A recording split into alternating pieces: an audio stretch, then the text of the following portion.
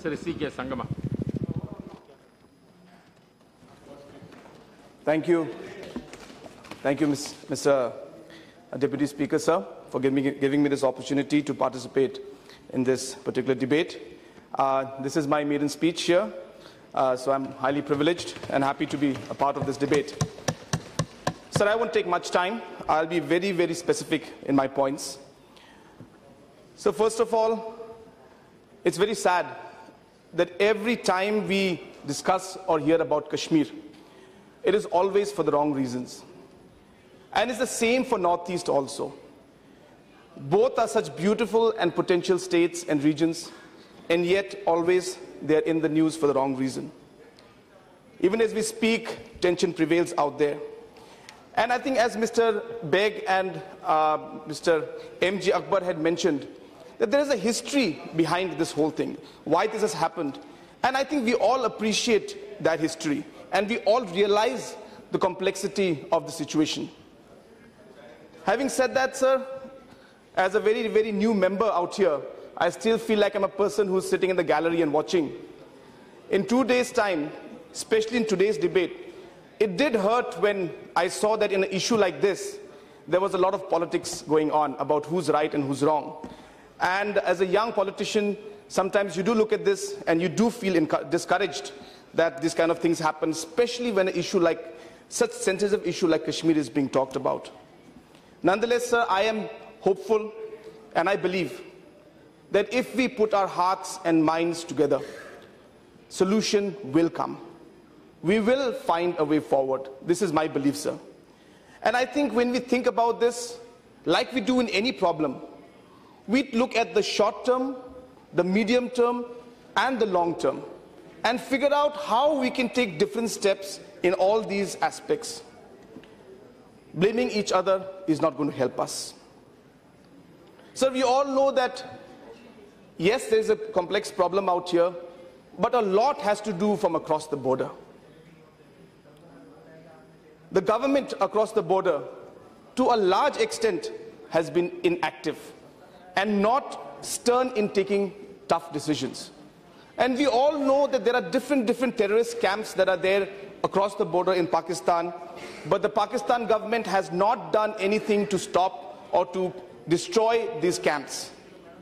And I must say, and I must congratulate our Prime Minister, who has taken steps to ensure that he urges and encourages and is engaged with the Pakistan government to ensure that these things are closed, but sadly, the Pakistan government has not responded.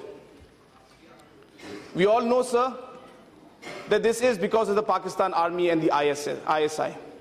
The intelligence group in Pakistan, as well as the army in Pakistan, has a lot to do with this. If Kashmir issue is gone, Pakistan Army and ISI loses all its funding and its importance. The only reason they're keeping Kashmir issue alive is to keep themselves alive. Today, the government in Pakistan is run by ISI and by the government, by the army. So that is why it's sad to see that the Pakistan government is not able to act. I think all international countries know, all the developed nations know, that Pakistan has got different terrorist camps are there in Pakistan. Yet, action is not being taken. And this is where I think I would like to thank once again our Honorable Prime Minister. One of the members had mentioned that he's touring all different countries and going around. And I think there is definitely purpose in this. Today, it is very, very critical that we do apply international force. We do apply international sanctions to Pakistan. We ensure that pressure is given from different developed countries to ensure that no funds are given to them. So I think if economic sanctions are put in, and this can only be done when our relationships improve with different nations, and I think that's what our Honorable Prime Minister is trying to do. I think that international pressure, those international sanctions, I think will force Pakistan to act against these terrorist camps. But sir, in the meantime, it's very sad to see that it is our Jawans and our army personnel who are facing the heat.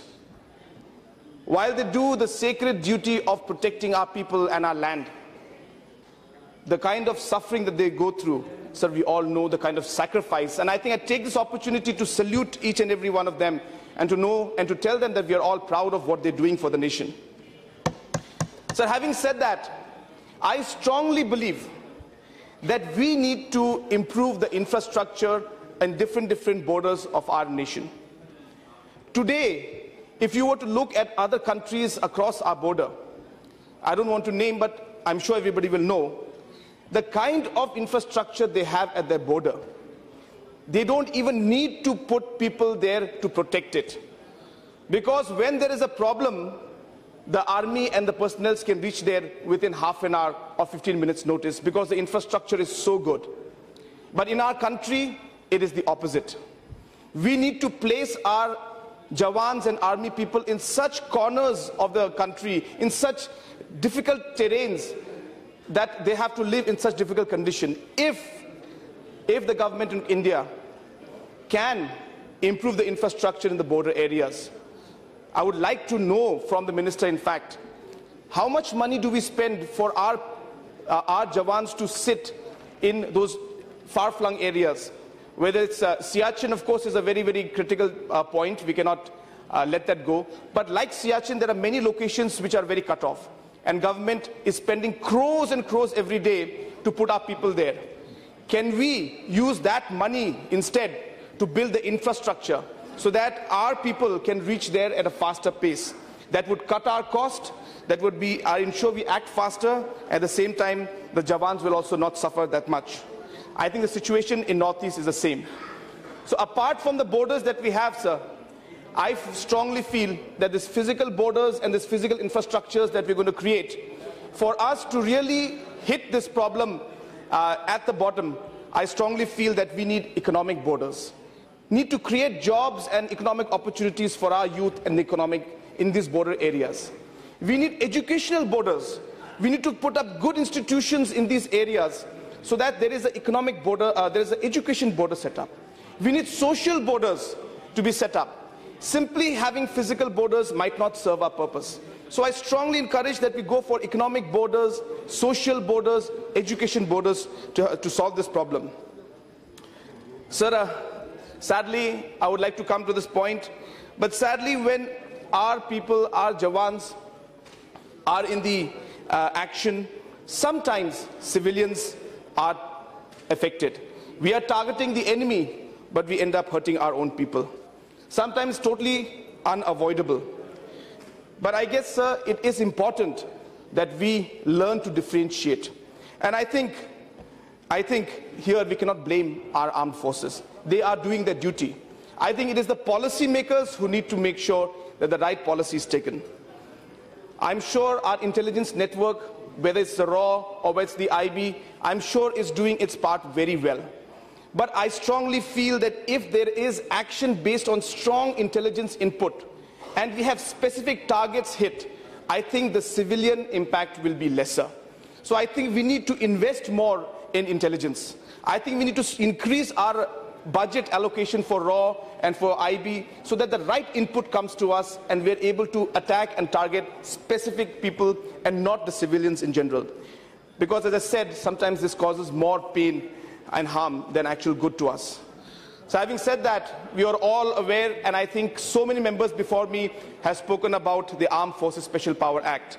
And sir, I, as a person from Northeast, I have with my own eyes, I have seen the atrocities that are done against the civilians. And I also would like to join the rest to condemn the Armed Forces Special Power Act, and I would like to request the government to ensure that this is repealed and this is taken out. This is a draconian act, and I'll tell you, sir, if this is done, I think that will be the first step towards creating trust for the people. People will start trusting the government.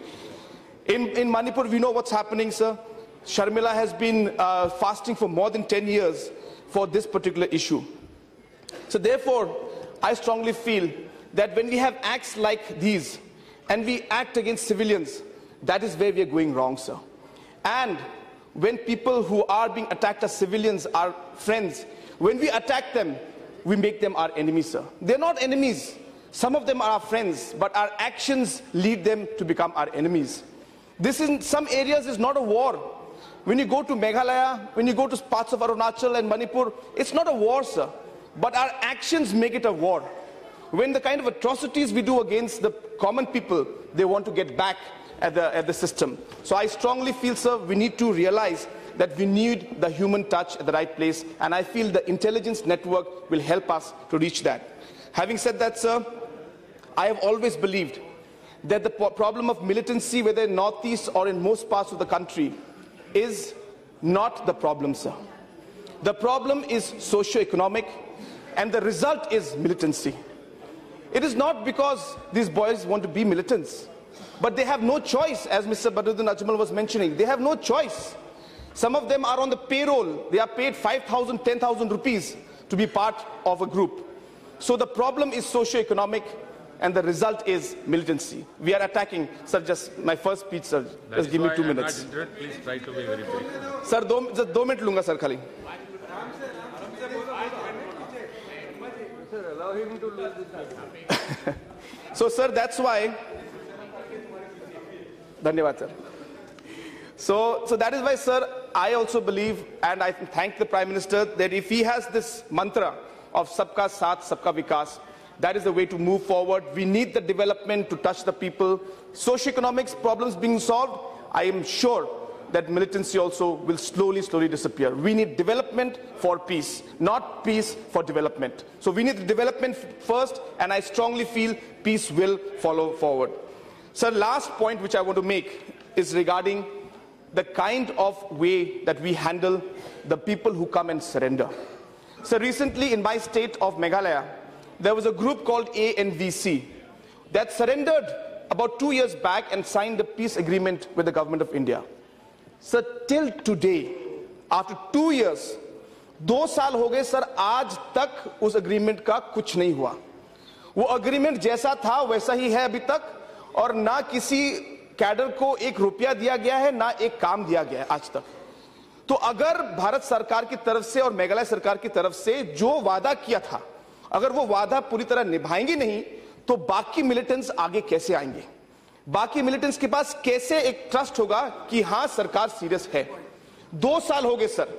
आज इन cadres और इन groups के जो लोग हैं वो वापस जाने की सोच रहे हैं या नया ग्रुप खोलने की सोच रहे हैं सर. तो मेरा ये अनुरोध है हमारी सरकार से कि इस इशू को सीरियसली ले, और जब कुछ वादा किया कि एग्रीमेंट में हम लोग आपको ये चीज देंगे, वो वादे को हम लोग पूरी तरह निभाएं, तभी जाके विश्वास आगे आएगा. और सर, इसमें एक 6 शेड्यूल का एक अमेंडमेंट था, जो हमारा जो कॉन्स्टिट्यूशन में 6 अमेंडमेंट है रिगार्डिंग डिस्ट्रिक्ट काउंसिल. सो उसमें एक अमेंडमेंट था सर 6 शेड्यूल का. वो अमेंडमेंट भी जो बिल है वो भी 2 साल पहले आना था, आज तक नहीं आया, और वो सर वो टैक्स एग्रीमेंट का वो एक भाग था.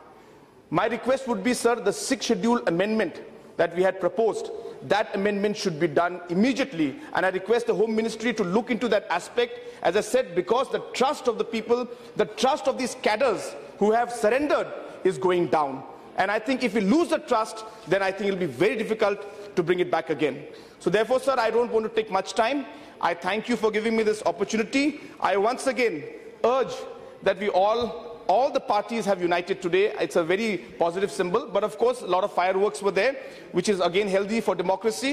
But I would like to urge that we work together, sir, and I also support the cause for an all-party delegation, if that can be done, that can go to Kashmir and actually meet the people, sir. I think it will serve a lot. So once again, thank you for giving me this opportunity to speak on the subject. Thank you, sir.